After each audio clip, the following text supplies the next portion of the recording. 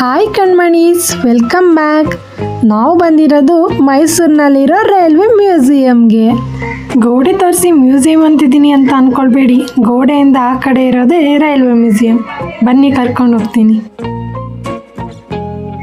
Ticket amount ದೊಡ್ಡವ್ರಿಗೆ 50 rupees, ಮಕ್ಕಳಿಗೆ 20 rupees.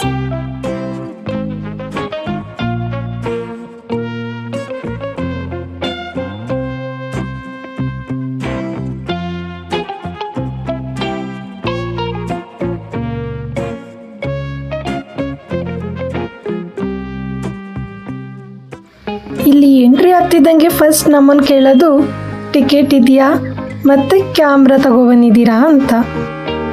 ಇಲ್ಲೊಂದು ಪುಟ್ಟದು ಶಾಪ್ ಇದೆ, ಹಾಗೆ ಸ್ವಲ್ಪ ಅಮೌಂಟ್ ಜಾಸ್ತಿನೂ ಇದೆ. ಇಲ್ಲಿರೋ ಮಾಡೆಲ್ ಬಂದು ಪ್ರೆಸೆಂಟ್ ಇರೋ ರೈಲ್ವೆ ಸ್ಟೇಷನ್ದು.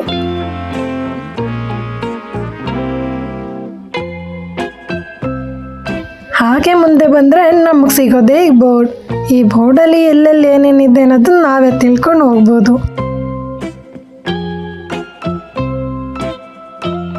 ಏನೇ ಹೇಳಿ, ನಮ್ಮ ಮೈಸೂರನ್ನ ನೋಡದೇ ಇರೋ ಪ್ಲೇಸ್ ಇನ್ನೂ ತುಂಬಾ ಇದೆ. ಯಾಕೆಂದರೆ ನಾನು ಕೂಡ ಈ ಮ್ಯೂಸಿಯಂನ ನೋಡಿರಲಿಲ್ಲ. ಇದು ನನ್ನ ಸೆಕೆಂಡ್ ಟೈಮ್.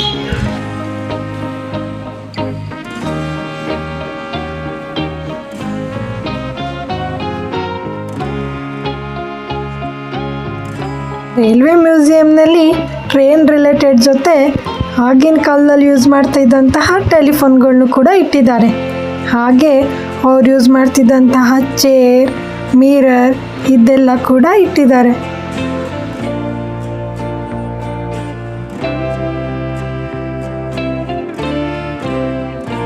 ಈ ರೈಲ್ವೆ ಮ್ಯೂಸಿಯಂ ಯಾವಾಗ ಸ್ಟಾರ್ಟ್ ಆಗಿದ್ದು ಅಂತ ಗೊತ್ತಾ? 1979ನಲ್ಲಿ ಶ್ರೀಕಂಠ ದತ್ತ ನರಸಿಂಹರಾಜ ಒಡೆಯರ್ ಕಾಲದಲ್ಲಿ.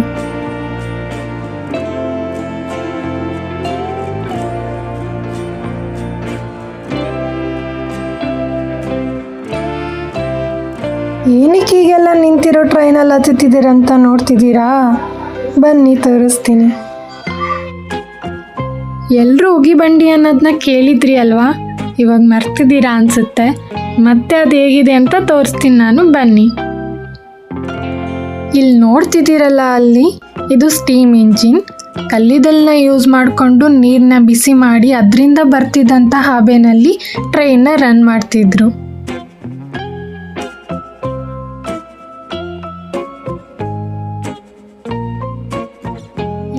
ಕಲ್ಲಿದ್ದಲನ್ನ ಸ್ಟೋರ್ ಮಾಡ್ತಿದ್ರು.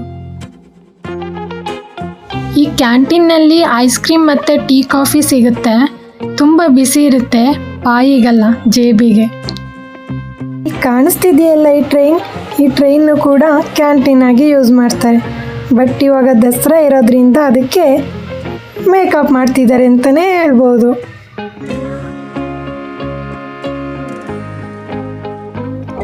ಈ ಪ್ಲೇಸ್ ಅಂತೂ ಮಕ್ಕಳುಗಳ ಜೊತೆ ಟೈಮ್ ಸ್ಪೆಂಡ್ ಮಾಡೋಕ್ಕೆ ತುಂಬಾ ಚೆನ್ನಾಗಿದೆ. ಅವರು ಕೂಡ ತುಂಬ ಖುಷಿ ಪಡ್ತಾರೆ.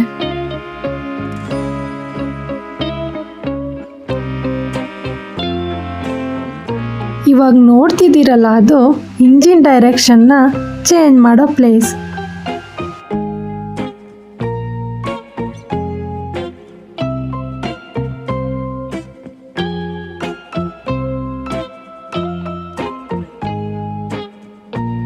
ನಮ್ಮ ಲೈಫ್ಸ್ಟೈಲ್ ಏನೇ ಚೇಂಜ್ ಆದರೂ ಈ ಪುಟ್ಟು ಟ್ರೈನಲ್ಲಿ ಹೋಗೋ ಖುಷಿನೇ ಬೇರೆ, ಏನಂತೀರಾ?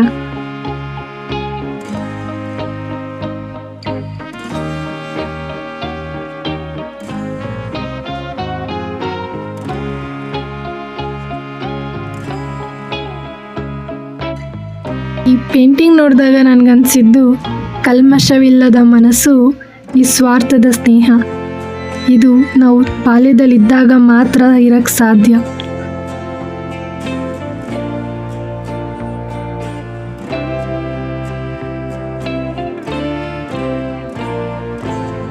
ಮ್ಯೂಸಿಯಂನ ಪುಟ್ಟು ರೈಲ್ವೆ ಸ್ಟೇಷನ್ ಹೇಗಿದೆ ನೋಡಿ.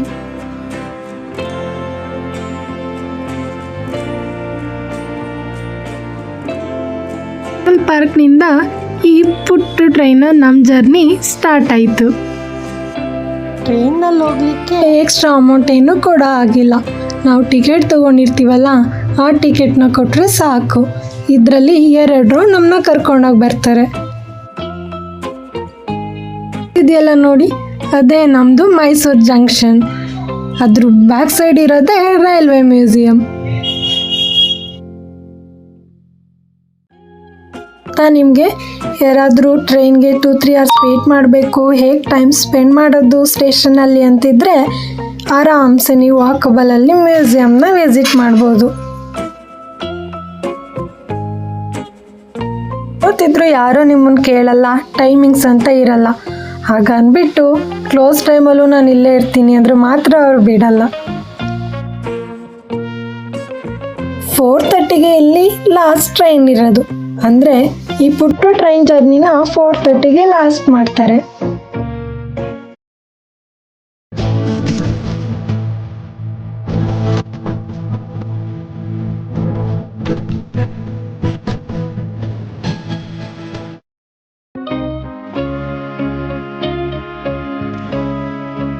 ಮಕ್ಕಳನ್ನ ಆಟ ಆಡಿಸ್ಲಿಕ್ಕೆ ಅಂತಲೇ ಇಲ್ಲಿ ಮಿನಿ ಪಾರ್ಕ್ ಥರ ಮಾಡಿದ್ದಾರೆ.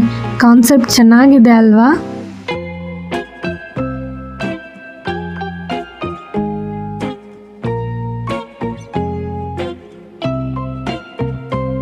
ಟೈಮ್ ಅಂದ್ರೇ ವಿಚಿತ್ರ ಅಲ್ವಾ? ಒಂದ್ಸಲ ಕಳ್ಕೊಂಡ್ರೆ ಮತ್ತೆ ಅದನ್ನು ಚೇಂಜ್ ಮಾಡೋಕ್ಕಾಗಲ್ಲ.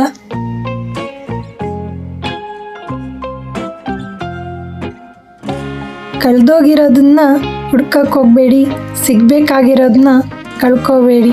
ಲೈಫಲ್ಲಿ ಯಾವಾಗಲೂ ಖುಷಿಯಾಗಿರಿ. ಅನ್ನಿಸ್ತು, ನಾವೇನೇ ಅಪ್ಡೇಟ್ ಆಗಿದ್ರೂ ಆಗಿನ ಕಾಲದಲ್ಲಿ ಇರೋದನ್ನೇ ನಾವು ಅಪ್ಡೇಟ್ ಮಾಡಿದ್ದೀವಿ ಹೊರತು ನಮ್ಮದಂತ ಹೊಸದು ಯಾವುದೂ ಇಲ್ಲ ಅಂತ.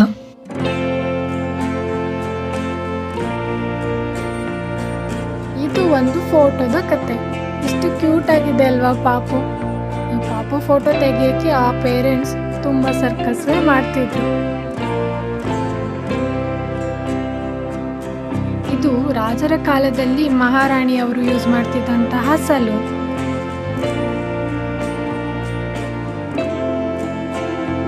ರಾಣಿಯವರು ಅರಮನೆಯಲ್ಲಿ ಮಾತ್ರ ಮಹಾರಾಣಿಯಾಗಿರಲಿಲ್ಲ, ಟ್ರೈನಲ್ಲೂ ಕೂಡ ಅವರಿಗೆ ಅದಕ್ಕಿಂತ ಹೆಚ್ಚಿನ ಫೆಸಿಲಿಟೀಸೇ ಇತ್ತು.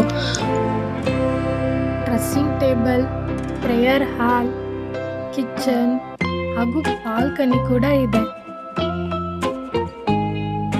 ಇದನ್ನು ನೋಡಿದ್ಮೇಲೆ ಅನಿಸಿದ್ದು ದ ಮೋಸ್ಟ್ ಲಕ್ಸುರಿಯಸ್ಟ್ ಮಹಾರಾಜ ಎಕ್ಸ್ಪ್ರೆಸ್ ಹಾಗೆ ಇಂಡಿಯನ್ ಚಾರಿಯೇಟ್ ಟ್ರೈನಲ್ಲಿ ಕೂಡ ಇದೇ ಕಾನ್ಸೆಪ್ಟ್ ಅಲ್ವಾ? ಗೊತ್ತಾ, ಇದು ಇಂಡಿಯಾದ second railway museum. First start ಆಗಿದ್ದು ಡೆಲ್ಲಿನಲ್ಲಿ, ಸೆಕೆಂಡ್ ನಮ್ಮ ಮೈಸೂರಿನಲ್ಲಿ.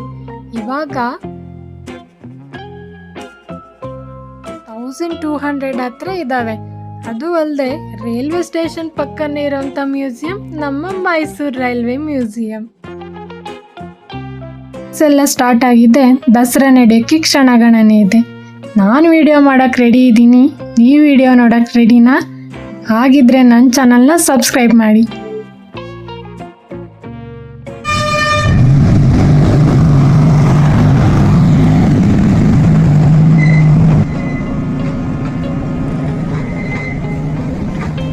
ಸ್ಟೇಷನ್ ಬ್ಯಾಕ್ ಎಂಡ್ ರೋಡ್ನಲ್ಲಿರೋದೇ railway museum parking lot. Thank you for watching.